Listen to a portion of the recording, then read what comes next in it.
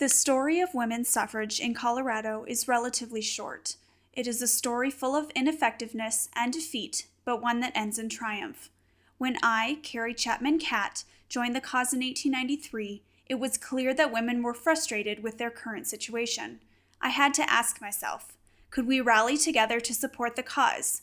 Would men ever look beyond the social stigma of women voting?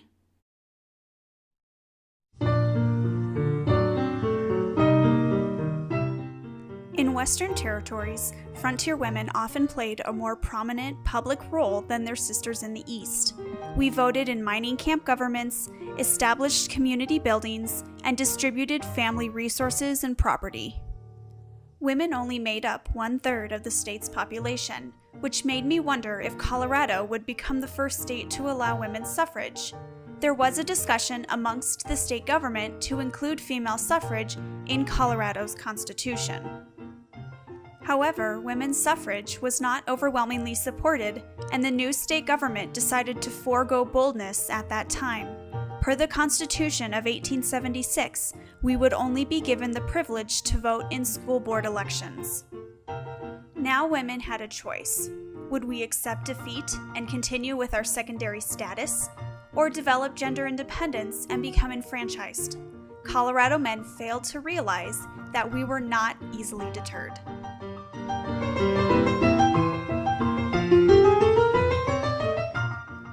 After Colorado was granted statehood, women continued to work towards the cause. Our groups met to discuss how to persuade people of both genders and were able to convince the editor of Rocky Mountain News to devote a weekly column towards our empowerment. A referendum was held 1 year later, but was again hindered by the male voters of Colorado. Many religious leaders were against the issue and influenced a large Hispanic population in southern Colorado to reject the vote. Reverend Thomas Bliss, a Presbyterian minister, claimed that women's suffrage groups were just bawling, ranting women bristling for their rights. Why would we, facing defeat and a lack of male support, continue to fight for women's suffrage?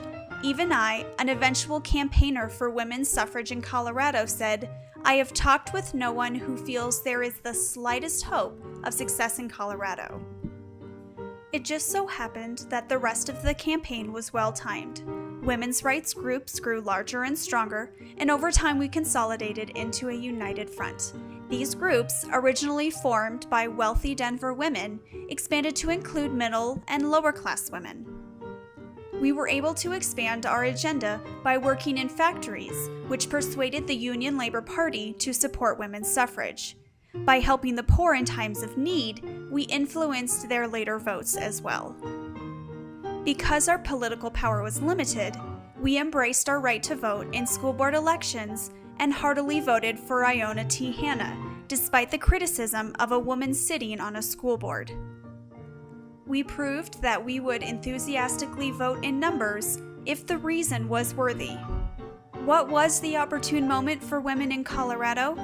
It just so happened that 1893 was the perfect occasion. This was the year that I joined the cause from the state of Iowa. 1893 was a light voting year, as women's suffrage was the only object on the ballot. I used that idea to our advantage. This was also a year of recession in Colorado as the price of silver collapsed. Men were upset with their current conditions. Through their frustration, they no longer saw women's suffrage as a threat to their well-being.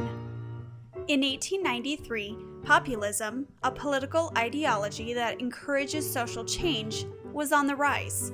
We found a new supporter, populist Governor Waite, who advocated suffrage with me to crowds of Coloradans.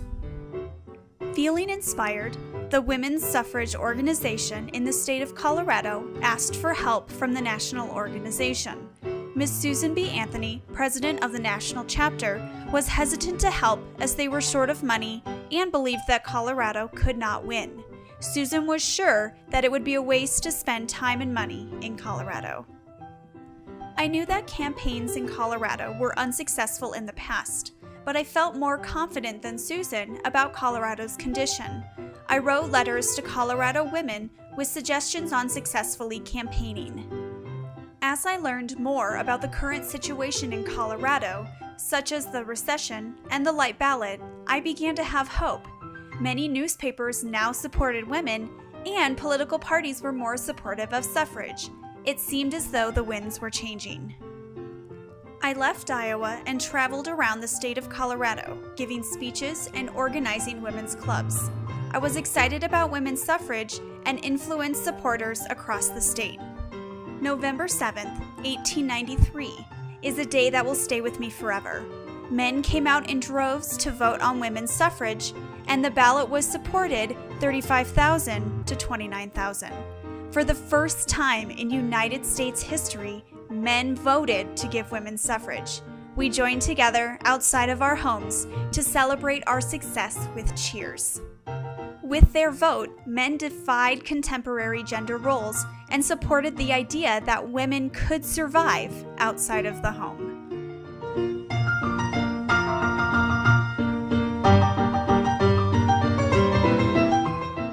Even though Colorado women gained the right to vote, the story of liberation was not over.